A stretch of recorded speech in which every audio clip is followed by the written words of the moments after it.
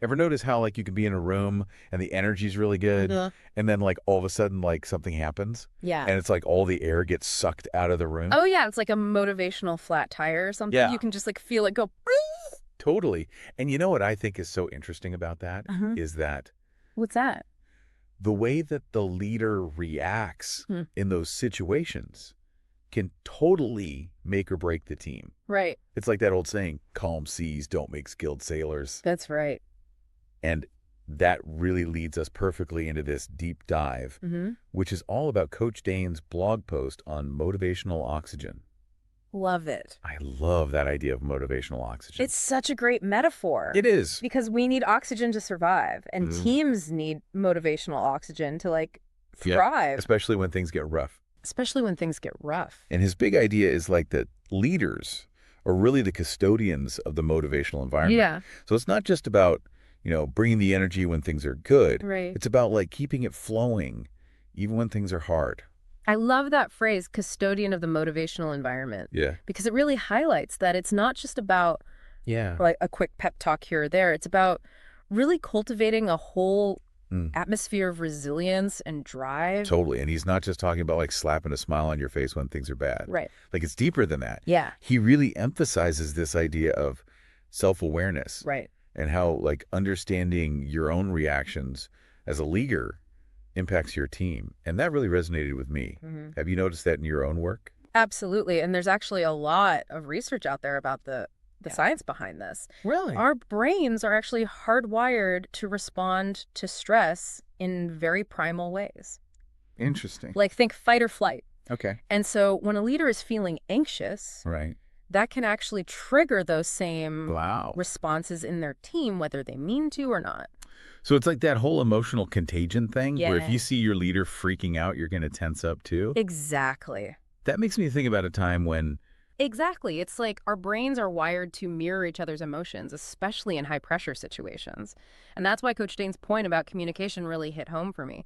He talks about creating a ventilation system for bad news. If Mhm. you try to bottle things up or sugarcoat reality, it just amplifies those anxieties and depletes the motivational oxygen even faster. It's like trying to hold your breath forever eventually. You Mhm. just got to breathe. So how do we create that ventilation system in a way that's actually helpful and not just adding fuel to the fire?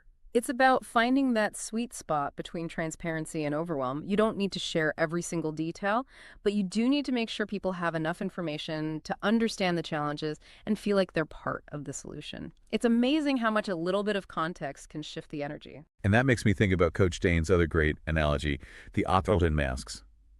But he flips the script on the classic airplane safety thing. He says it's not about you grabbing the mask first. It's about making sure your team has what they need to keep breathing when things get tough. Such a powerful image. It's about providing that individual support, checking in with your team members, and recognizing that everyone copes differently. Some people might need a direct pep talk, while others might need space to process or just the reassurance that it's okay to not be okay. It's about recognizing that we're all human, right? And sometimes we need a little help catching our breath. So how do we actually do that as leaders? How do we figure out what kind of oxygen each person needs? It goes back to that self-awareness we were talking about earlier, both for the leader and the team. As a leader, it's about creating a space where people feel safe to communicate their needs, whether that's through regular check-ins, anonymous feedback forms, or simply creating an open door policy. And for team members, it's about having the courage to speak up and say, hey, I need a little support right now, or this is how I work best under pressure. It's like building that foundation of psychological safety that we hear so much about these days. And it strikes me that this isn't just about avoiding negative outcomes like burnout or disengagement. It's about creating a more positive and productive environment overall. Absolutely. When people feel safe and supported, they're more likely to take risks, share ideas, and go the extra mile.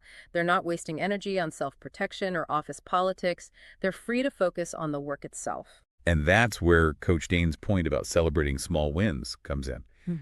It's such a simple concept, but I think it's so often overlooked, especially when we're in the thick of a challenge. It's huge because when you take the time to acknowledge and appreciate those smaller victories, Huh. it shows your team that you're paying attention to their efforts, even when things are tough. It's a powerful way to inject a little motivational oxygen into the day-to-day grind. It's like those little, those small wins kind of remind you that you are making progress, Yes. even if you're not like at the finish line yet. Totally. And it doesn't even have to be this big thing. Like sometimes just a quick, like, hey, great job on that presentation, or I really appreciate you stepping up to help with that project can like make all the difference. Totally. It's those little moments of recognition, I think, Yeah. that really make people feel seen. But I am curious, Mhm.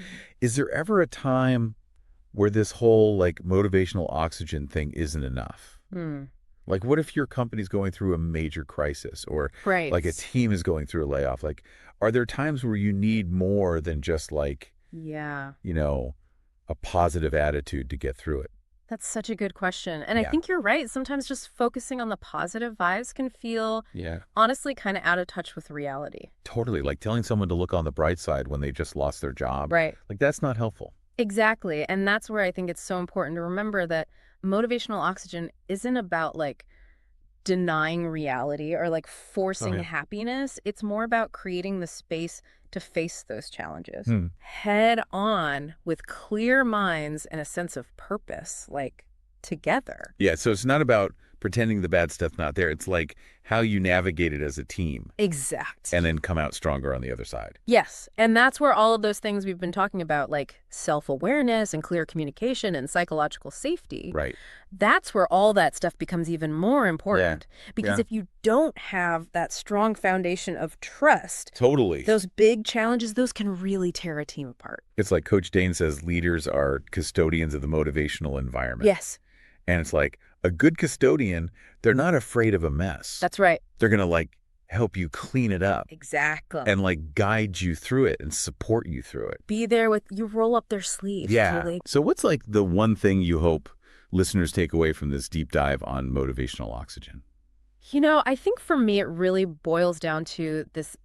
Everyone has the power to be a source of strength and support for their team. Mm. Whether you're the CEO or you're just starting out, you can make a difference in how your team weathers the storms and celebrates the wins. Yeah. It's those everyday acts of kindness and encouragement and understanding that really make for a resilient and thriving work environment. This was amazing. Thank you so much for diving into this with me. My pleasure. I always love our chats. And for our listeners, we want to hear from you. Have you experienced a motivational oxygen suck at work? What are your go-to strategies for keeping the energy high during challenging times?